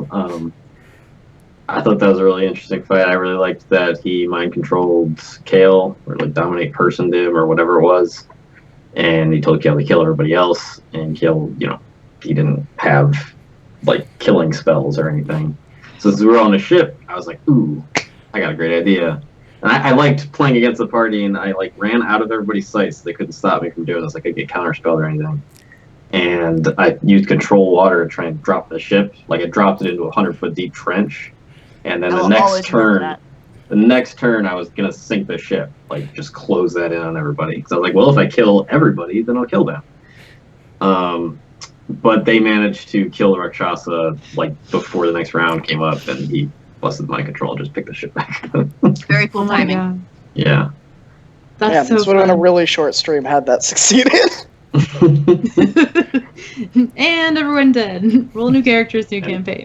From that day forward, Teslin cast water breathing on everybody every morning. Yeah. That Literally makes every sense. day. So that also means there's a Rakshasa out there somewhere that hates you, huh? Yeah, I forget what his deal. Somebody had hired him to. He got hired by the original big bad dude that we killed, Yeah. who was reporting to some other big bad dude that we didn't investigate. We were just like, we stopped the world ending, I guess, and then moved on. Oh no! Little did you know. Speaking of that faction, there was a fight south of Silvery Moon. There's a fight outside of Silver Moon with henchmen, or a lieutenant with 2 henchmen. It wasn't a monster out of the monster manual. The DM essentially created a PC. And it was a unique combination of skills that made for an interesting opponent. As someone who enjoys those types of challenges, you might. I enjoyed fighting that opponent. So you Something might to enjoy consider. I agree. I felt that we've been lacking like any relatable villains that are like recurring. It feels like we meet people once and either kill them or that conflict has ended recently. And I really liked how like we heard about him way before we ever met him. So by the time we met him, it was like we already knew where we stood, and then we had like a brief negotiation introduction formally. It was like, you thwarted my plans. Too bad you'll have to die. Yeah, there was I like monologuing. that. With you on that. Monologuing. I love it. I think Wampum's nemesis is turning to be Narrenvain. We beat him once and we made him run away. And then now he's shown up again, turn around again, and he needed help to supposedly defeat us, which he did. So now it's 1-1. So Now it's personal. Yeah, and I mean, yes. Neron Vane is definitely a villain we made for ourselves, though. He had like a ambassador on the road that was kind of shaking people down for money, and they were like, oh, if you pay a donation to the Church of Neron Vane, like, you'll have a safe passage through to Waterdeep or wherever you're going. And she was a drow, and we had just lost Nos, who had died because we were avenging Wampum's family from drow, and Wampum stuck his axe in her chest and just walked over her body or something. And Niran Vane's a shadow dragon, right? Mhm. Yeah. Ah, okay. So it's also personal for Niran Vane then. Yeah, I mean, we definitely were probably the villains in this regard. I mean, D&D has such an interesting the way you have to approach morality. Like, okay, so there are alignments, and those kind of like guide your actions typically, but you're not bound by it, especially not in 5th edition, not nearly as much as you were in previous editions.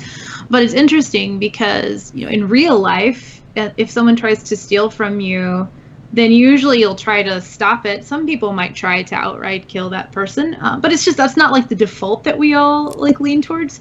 But in D&D, that's totally normal. It seems totally practical that this person is obviously a bandit. They've hurt several people, and like I'm doing the world a favor by like ridding the world of this like nefarious character that could cause someone harm, right? So it's like it's interesting because like, are you really the villains though, or were you the hero in one person's story and the villain in another? There's also a different value on mortality because there's evidence that you go on beyond that, like hardcore evidence. Yeah. Yeah, the afterlife is real for anyone who wants it. And also, if you don't want to be dead, you can find ways of like ensuring that you are brought back. You know, barring some circumstances, but And I think it's different. one instance that is probably going to get Wampum in trouble is Drow. We went to the city of Brass. We beat the matron mother, and Wampum also met a couple of dwarves in the city of Brass that was making him a shield. So we did our thing. We beat the matron mother, but then the Drow also killed most of the dwarves there that Wampum was in contact with. So Wampum now has a deep, deep, deep hatred of Drow. He will attack first, ask questions later. I think it's actually worse than that because I think most of those dwarves came from your clan, man. Yeah, Yeah. Or the So these were associated dwarves, class. not Duragar. correct. Okay. So there is a hatred there that is, you know, Wampum is so angry he's in tears as he's attacked. Yeah, I don't. He does not show any mercy. He will mow through them. You know, pain is secondary. He'll attack. He doesn't care about pain. The only thing that's on his mind is he has to kill the Drow. Maybe you should be the barbarian. Exterminate. Wampum's next level is barbarian. By the way, do you guys typically do milestone leveling, or are you keeping track of Milestone. your? Okay, Yeah. thank goodness. I don't have to divide that up and give that out. I to have you not every single time. actually. I haven't met anyone since that came out that prefers the XP over the milestone. Everybody seems to, like, yeah, that's where it's at. I could see the merit of some. I have met DMs who award experience for roleplay, and I can see the merit in a system where you do like a rotating. You all work out of a guild, and if somebody can't show up that week, then it's just everybody else who's being sent out on a mission. Then I can see the merit of individual XP as well as like roleplay XP in that case. But yeah, I think milestone's just easier for everyone. In every other setting. I always think above level 10, milestone is a better way to go. You know, yes, the lower levels, you're grinding out your XP, monster per monster. But when you get above level 10, it's more of the adventure. It's more of you finishing an entire story, and when you finish that story, then you're granted the next experience. Yeah, and once you're that powerful, because level 10, like although that's only halfway to what you can eventually become per the mechanics, that's that's a powerful figure in the world. That is a major player pretty much anywhere they go because they have abilities available to them that commoners could only dream of. So it makes sense at that point that that life experience is equally important as you figuring out exactly how you prefer to throw that net or swing that sword or cast that spell. That stuff's all become so second nature to you now. It's they're like bigger things to think about when you're determining when you've like ascended your to the next sort of stage in your life. How long have you been at your current level, by the way? Pretty long. Long time. Yeah.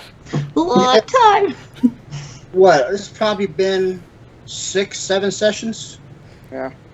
I can get the exact number with a few minutes of research, but I'm pretty sure Jazzy only leveled us up to one time. Wasn't that when he 13, first 14? took over? It was pretty early on. Yeah. Okay. Yeah, I think it was right after the Dallahan quest. Yeah. Makes sense. Yeah. So it's been a minute. We could stand to get another level. You know, maybe sometime soon. All right, I'll keep that in mind. It's important to know so that I don't like make you wait super long for it. You're like, oh my god, I've been this level for 8 months. This is ridiculous. So Just sitting here staring at all these 8th level spells I want to cast. Yeah, wouldn't those be nice?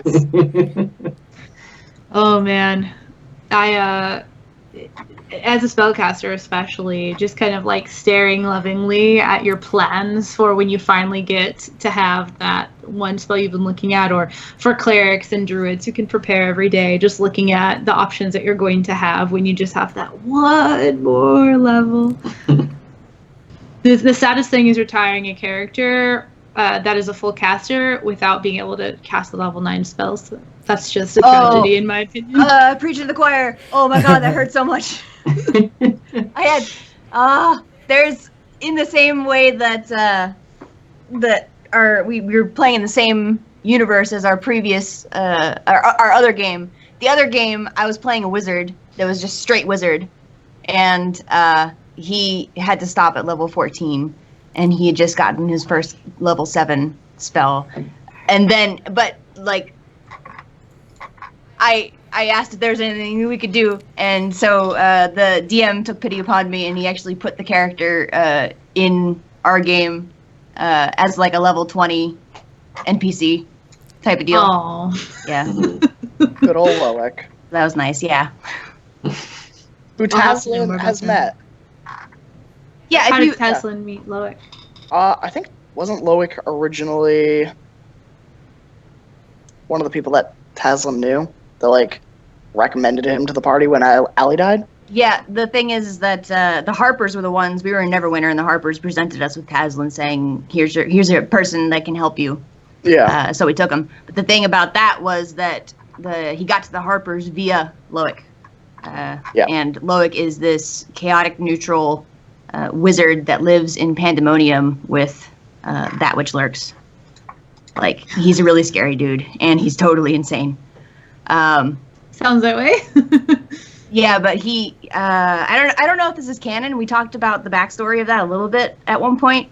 And I think we were tossing around the idea that Loic bamfed into the Shadowfell at some point where Taslin lived, and nobody, like, he's the herald of that which lurks. He's the herald of Gonadour, the Ooze King, the god of aberrations. And so whenever he bamfed in there, everyone kind of like looked at each other and was like, okay, who's going to go talk to him? And they were like, let's make Taslin do it. Yeah. Oh my god. Taslin's pretty unlucky. So Taslin went out there and met up with Loic and was like, what are you doing here? Yeah. Take pity on me, sir. I'm just a level 10 wizard. Please don't crush me under your heel. I would prefer not to die. Yeah. Yeah, and eventually, because Loic still had ties to Harper, he was like, threw them at them. Yeah. Then he was like, get me my Rubik's Cube. Give me my Rubik's Cube. Which we have somewhere in a... Mm-hmm. pocket. There's he made a sphere of the planes. It works like a cubic gate, except it's a puzzle box. And in order to get to the different planes available, you have to solve the puzzle for that plane. Oh, okay. I like taking notes. All right. Puzzle for the plane. Gosh, there's so much to learn. I will definitely do my best to incorporate as much of this as I can. A lot of this stuff is extra.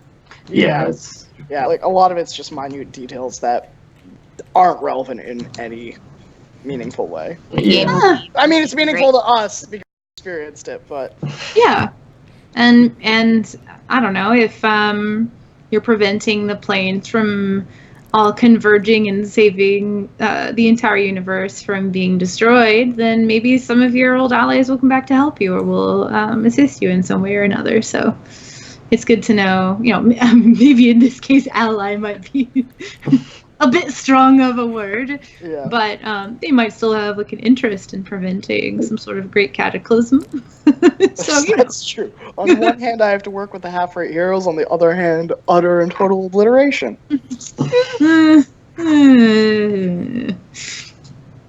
I love it. And by the way, Sarah, we are somebody else is handling the stream right now. It's just being streamed to my channel because my Skype was not cooperating.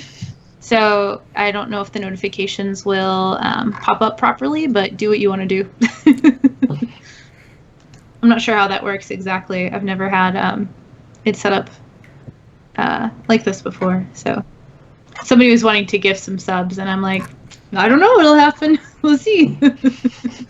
I don't believe there will be anything on the screen happening. Probably not. It's Yeah. okay. Don't worry about it. Yeah. All right. Gosh, I'm super excited. I think that this is going to be like really challenging for me, but in like the best way possible. And I think that you're going to like some of the plans that I worked with DM Jazzy Hands. I worked with him and on like kind of where you were and some of the things that he'd already had in mind, and taking that and incorporating some new stuff into it. And I think we'll all enjoy it together. So I don't know. I think we're gonna have a good time. I'm stoked. I'm pumped. Yay! I'm ambivalent about it. As is befitting your communication style as well as Kale's. So I accept this. You're welcome. I love it. All right. Anything else you can think of? We can hang out as long as you guys want to. Just talk about stuff, or if you have other things you want to do today, then that's up to you. Kind of in your You hands. could share with us one of your favorite experiences playing D&D. Oh man. That's right. Tough question at the end. Well, I just so happened to. It's so hard to pick a favorite, right? Because I always I become really invested in my characters. It is very common for me to cry while playing when I'm really like feeling for a character. So I'm that person, as everyone who's seen me play knows. The most recent one though, I've been playing this bard. Her name is Hyacinth. And she has one of those lives where tragedy struck at like a young age, and it always kind of bothered her. She was like an infant, and her father was like dragged away under like mysterious circumstances. She never really understood what was happening. No one in the family really knew what was going on. And this was just kind of one of those things I put in the backstory where I'm like, yes, I have a family. Here's everybody's names and ages. Here's a little bit about who they are. And our relationship, but also here's a hole for you to kind of like play with if you want to do something with this. And I always do that when she's a next level RP. I've never cried. And so my DM, my friend Tom, we play on Sundays, and we just ended this campaign. And what he did with that was to incorporate the character into the campaign. She, who is like D&D world agnostic, where she's like, yeah, gods exist, and sometimes they're helpful, and most often they just don't really do a whole lot of anything, and they're kind of there or whatever. And I guess if they're being nice, then that's cool. She was like approached by a I guess like a shaman type figure, this woman who could see portents, and she was given this, oh, you'll come across this place, and when you do, you should rest there because a god's going to come to you. And she was like, yeah, okay, sure. And sure enough, that happened, and she was given a vision of this island and and then eventually the world being overrun by undead, but these shining figures off in the distance, and her natural like wanderlust and curiosity, and the sort of like dead end of her secret mission being to figure out what happened to her dad. Had kind of like all the trails had run cold. She is a member of the Harpers. She's a member of this like federation of merchants that had sent her to all these different places, and just nothing she could find. She was like, well, you know what? I have nothing better to do with my time. Let's go see what's going on with this horde of undead, as you do. And so I get there and I meet these other characters, and people start dropping like flies and are dying, and it kind of gets to the point where there's only 3 of us left, and on the shoulders of the 3 of us are this creature trying to ascend to godhood, and it's been a story in the making for the past several hundred years. And then there's this planar storm, and this airship shows up, and this person on it just so happens to be like a slaver, essentially, who was part of a ring of people that had tricked her father into basically selling himself into slavery through like debt. And they had this really interesting interaction where like as soon as she figured out, or at least like as much as she could, what was going on, she like hated him and wanted him to die, but they have bigger things going on. So for the first time, she just had to like let something walk away. And then it turned out that his plan all along, and the reason why he actually showed up, wasn't just this planar storm. It was because the big bad evil guy that we thought we were going to be fighting for the entirety of this campaign was going to be murdered and his power usurped by this guy, her arch nemesis. So there was so much poetry in the end to the one person she let walk away who really deserved to die being somebody who really truly deserved to die on so many levels. And then, although she did not get to land the killing blow, she did get to see him meet his end. And then as a final twist, and because Hyacinth never gets to say goodbye, there was a spark of divinity left, and they had a very short time to figure out what to do with it. And every other character was sort of a religious... there was a cleric, a ranger who had followed a god, and a paladin, and they all said, well, we're followers of religion, and we would feel safer in a world that was watched over by someone like you. And she basically was like, okay, so we either have to sit on this and let somebody else evil probably come and try to take it over, or I just have to leave now, after I finally got the one thing that I wanted. And it was like beautiful and awful and terrible and lovely, and I cried so much, and it was great, and I wrote a really fun song to sing while we were battling. And so that's like the most recent, so it's the most present in my mind, but it was very well done. And I watched the end of that whole arc, and it was incredibly tense. I watched the revelation and the standoff on the was it on the airship? So there was this was one of those things where like my characters always ruin DM's plans. She's a cartographer.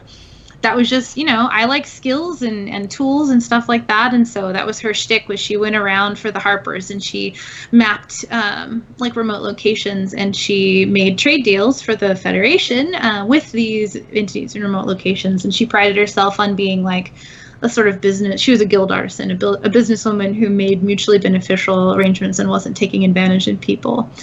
And so the final confrontation was on this floating island fortress that was anchored by these like enchanted chains. So the entire thing is on an island, and this just is a chunk of the island that raises up. Yeah, I remember there being nothing underneath you, and everybody having to be pretty careful about it.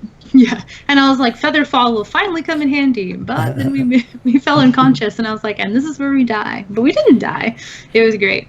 But we actually weren't supposed to know that was going to happen, and in the very first episode I played in, when I joined in with their characters, he was like, haha, there's this sort of mock-up where you can tell that this is where von Karstein was planning, or whoever was building the fortress that was meant to entomb him was actually building something that was going to empower him. And he fully expected them to get like a crude drawing and not really be able to figure out much about it. And I'm like, well, I do have expertise in cartography. Can I take a look at it and make a map? And he was like, are you kidding me right now? And that was after he learned about counterspell. And the first, or I guess the second battle that we had in that same episode, we fought like 4 raids and they got like 2 Cone of Colds off because it just kept counterspelling them. So she was a really fun character to play and really threw him for a loop.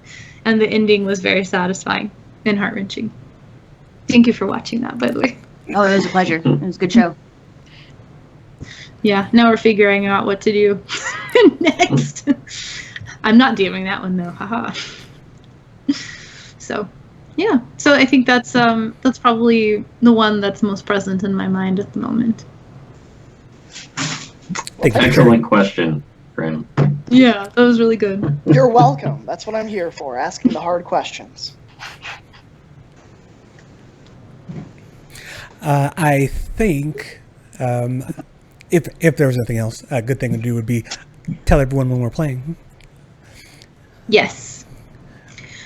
So it will be over on the Gratuitous RP channel every Saturday, barring conflicts from... You guys usually do Eastern time, so 11 o'clock to 2 o'clock Eastern time. That's 10 to 1 Central, and 8 to 8, 9, 10, 11 Pacific. Every Saturday morning. Yeah. But we're starting actually on September 2nd. We're going to do a Labor Day episode. That'll be fun, and we might play a little bit longer on that one. I think is kind of maybe the plan. We'll see how it goes. I'm open. Yeah. Yeah. None of us have plans, so if you don't have anything to do on Labor Day, that's Spending gonna be time your... with all my favorite people. Oh, twist my arm. Playing D&D on a holiday. Yeah, so that'll be the first episode, and then after that, every Saturday. So not this Saturday. September 7th will be the first Saturday, and September 2nd on Monday will be the first episode.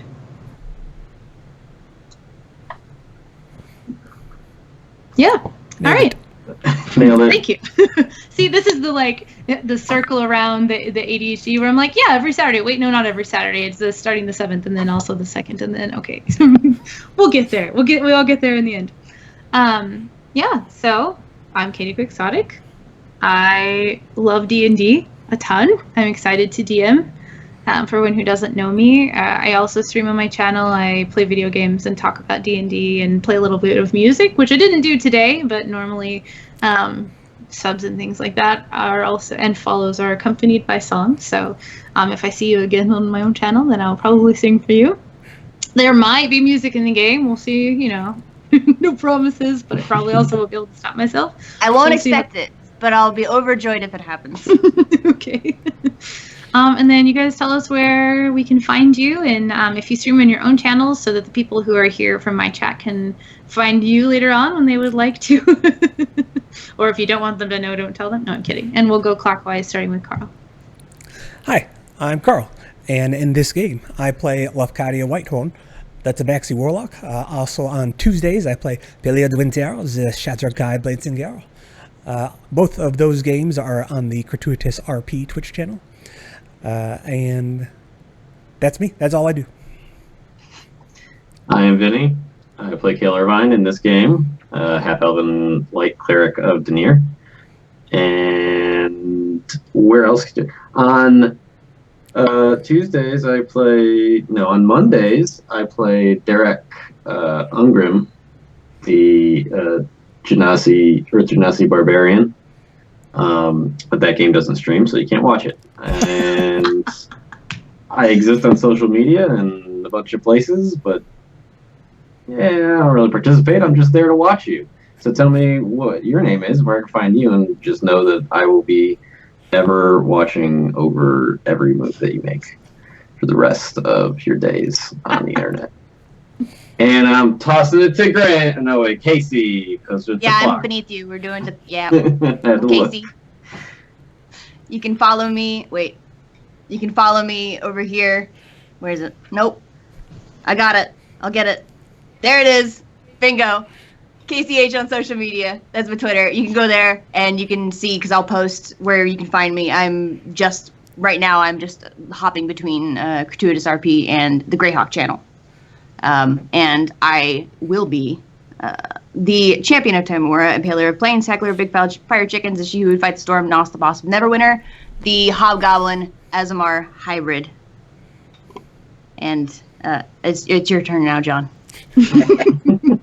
Hey guys, I am John. I play Wampum Thunderbelly, your Battle Master Dwarf. I am definitely looking forward to seeing what happens next. This is the only channel that I do, unfortunately. I wish I did more, but I do DM for another party during the week, so I do play a lot. So I will finish it up with Mr. Graham. Hi, I'm Graham. You may know me by that name. Or maybe you don't. I don't know. But you do know that I play Tazlin Evrio, your favorite Necromancer Wizard Shadar Kai on this channel. Or maybe on Gratuitous RP channel. That channel. I also DM on Tales of Valeria every Friday from 8 to 10:30. I am not great to watch. I don't want you to torture yourself and watch me. Please don't. I'll get embarrassed. You'll probably get embarrassed. It'll be really awkward. We won't be able to look each other in the eyes. Just save yourself the trouble. You can find me on Twitch also, and maybe I'll watch your channel at Graham Crackers on Twitch TV, because that's me, I guess. But besides that, I am not important. Moving on. Well, you were the last one, so I look forward to it. I think we're all going to have a really great time, and I think that you guys over there in chat will have a good time too. And I'm sorry I didn't pay as much attention to you as I normally would. I was absorbing a lot of information today, but I appreciate y'all stopping in, my regulars and all the new people, and I think we'll all have a good time together. Bye. Bye.